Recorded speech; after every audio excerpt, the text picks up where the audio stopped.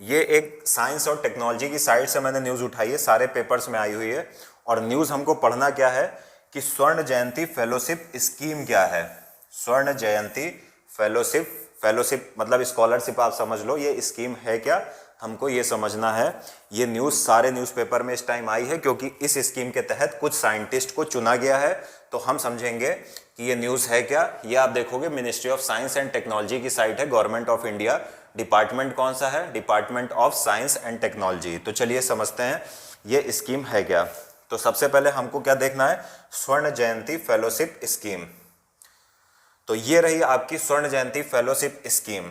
तो सबसे पहले तो एक मोटा सा अंदाजा हो जाना चाहिए कि department of science and technology या ministry of science and technology की स्कीम है।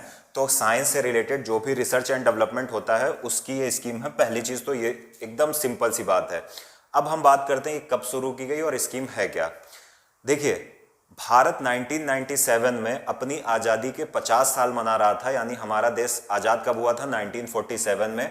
और 1997 में भारत अपनी आज़ादी के 50 साल मना रहा था और उसी 1997 में एक स्कीम शुरू की गई और स्कीम का नाम क्या था, स्वर्ण जयंती फेलोशिप स्कीम। अब हमारे लिए ये ज़रूरी है कि स्वर्ण जयंती फेलोशिप स्कीम है क्या। तो इसके माध्यम से एक प्रकार की असिस्टेंस या सहायता प्रदान की जाती है जो यंग साइंटिस्ट हैं भारत में, जो भी युवा साइंटिस्ट हैं भारत में, उनको रिसर्च करने के लिए, यानी साइंस में उनको रिसर्च करने के लिए एक प्रकार की स्पेशल असिस्टेंस या सहायता प्रदान की जाती है ताकि वो रिसर्च कर सकें। उनको सपोर्ट प्रदान किया जाता है ताकि जो यंग साइंटिस्ट भारत के हैं वो साइंस और टेक्नोलॉजी से संबंधित रिसर्च कर सकें। तो हमको क्या पता चला, 1997 में शुरू हुई, क्या है, इसके माध्यम से भारत के जो यंग साइंटिस्ट हैं उनको क्या किया जाता है, उनको असिस्टेंस दी जाती है, उनको सहायता दी जाती है, पैसा दिया जाता है ताकि वो यंग साइंटिस्ट साइंस और टेक्नोलॉजी, विज्ञान और प्रौद्योगिकी से संबंधित रिसर्च और डेवलपमेंट कर सकें। अब बात आती है कि कैसे जो यंग साइंटिस्ट हैं उनकी सहायता की जाती है।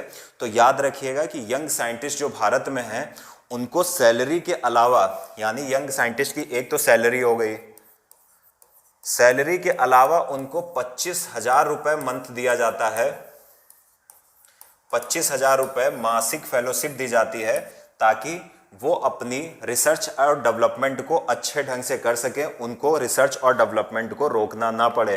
तो याद रखिएगा कि सैलरी के अलावा उनको 25,000 रुपये महीने के हिसाब से प्रति माह फेलोशिप प्रदान की जाती है ताकि वो अपनी रिसर्च एंड डेवलपमेंट को जारी रख सके।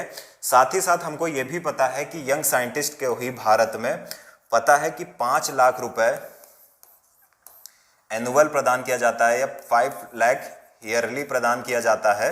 ये भी याद रखिएगा कि भारत में जो यंग साइंटिस्ट हैं उनको 5 लाख एक योजना, इस योजना के माध्यम से 5 लाख ईयरली 5 साल तक प्रदान किया जाएगा। साथ ही साथ उनको जो सैलरी मिल रही है उसके अतिरिक्त जो 25,000 रुपये मासिक भी उनको फेलोशिप प्रदान की जाएगी। तो विशेष फोकस क्या रखना है कि सैलरी प्लस फेलोशिप, यानी सैलरी प्लस 25,000 रुपये की फेलोशिप मिलेगी ताकि साइंस और टेक्नोलॉजी में जो भी वो रिसर्च एंड डेवलपमेंट कर रहे हैं वो अच्छे ढंग से वो कर सकें, उनकी रिसर्च और डेवलपमेंट में किसी भी प्रकार की कोई रोक ना आए। केवल इतना ही नहीं, इस योजना के माध्यम से यानी स्वर्ण जयंती स्कीम के माध्यम से उनको एडिशनल सपोर्ट या अतिरिक्त सहायता भी प्रदान की जा रही है ताकि वो अपनी रिसर्च से संबंधित इक्विपमेंट्स, जो भी इंस्ट्रूमेंट लग रहे हैं वो खरीद सकें, जो भी कंप्यूटर सिस्टम हो गया या बहुत प्रकार की अन्य इंस्ट्रूमेंट्स हो गए, इक्विपमेंट्स हो गए, उनको खरीद सकें। तो इतना ही नहीं सरकार कर रही है, सरकार बेसिकली भारत में रिसर्च और डेवलपमेंट को बढ़ाना चाहती है और इसीलिए वो क्या करती है, इस प्रकार की योजनाएं ला रही है और इस प्रकार की योजनाओं के माध्यम से जो यंग साइंटिस्ट हैं उनकी रिसर्च को बढ़ावा देने का प्रयास किया जा रहा है। अगली सबसे इंपॉर्टेंट चीज है कि ये जो फेलोशिप है वो इंस्टीट्यूशन बेस्ड नहीं है, यानी ऐसा नहीं है कि आप इस संस्थान में आप काम कर रहे होगे या इस संस्थान में रिसर्च कर रहे हो तभी आपको ये फेलोशिप मिलेगी, ऐसा नहीं है। ये साइंटिस्ट बेस्ड फेलोशिप प्रोग्राम है, यानी सरकार देखेगी कि आपकी रिसर्च में दम है तो आपको फेलोशिप प्रदान करेगी। आप किसी भी संस्थान में काम कर रहे हो, कहीं पर भी काम कर रहे हो, ऐसा नहीं है कि सरकार इस स्कीम में यह कह रही है कि आप अगर विशेष किसी इंस्टीट्यूशन में काम करोगे, संस्थान में काम करोगे तो ही आपको फेलोशिप मिलेगी। सरकार ऐसा बिल्कुल नहीं कह रही है। सरकार क्या कह रही है कि अगर कोई साइंटिस्ट है, उसके पास कोई अच्छा इनोवेशन आइडिया है तो वो अप्लाई करे, हम उसको फेलोशिप प्रदान करेंगे। तो ये जो फेलोशिप है ये साइंटिस्ट बेस्ड फेलोशिप है।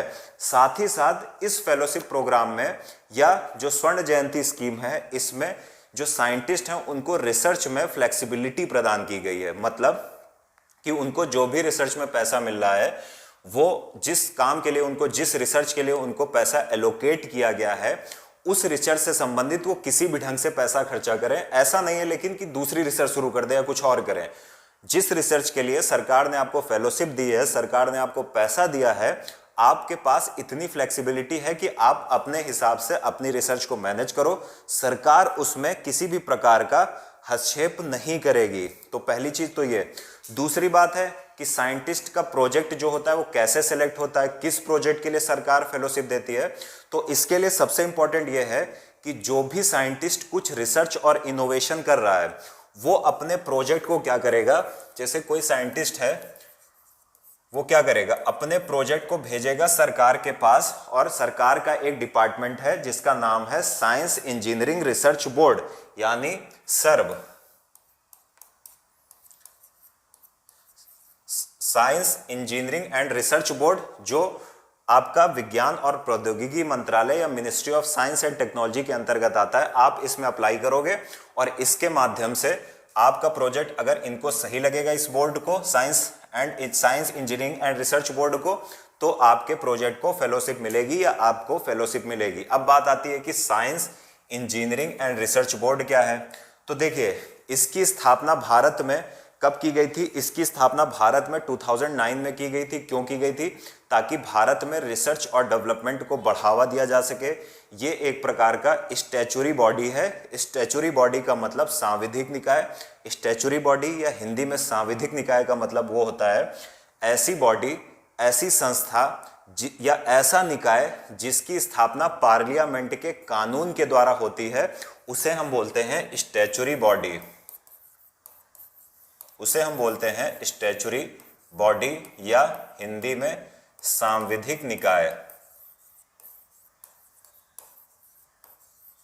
सांविधिक निकाय। तो ये सर्व जो है वो ministry of science and technology या विज्ञान और प्रौद्योगिकी मंत्रालय के अंतर्गत एक प्रकार का स्टैच्यूरी बॉडी है या सांविधिक निकाय है। तो यही थी न्यूज़। उम्मीद है आप लोग समझ पाए होंगे कि न्यूज़ है क्या।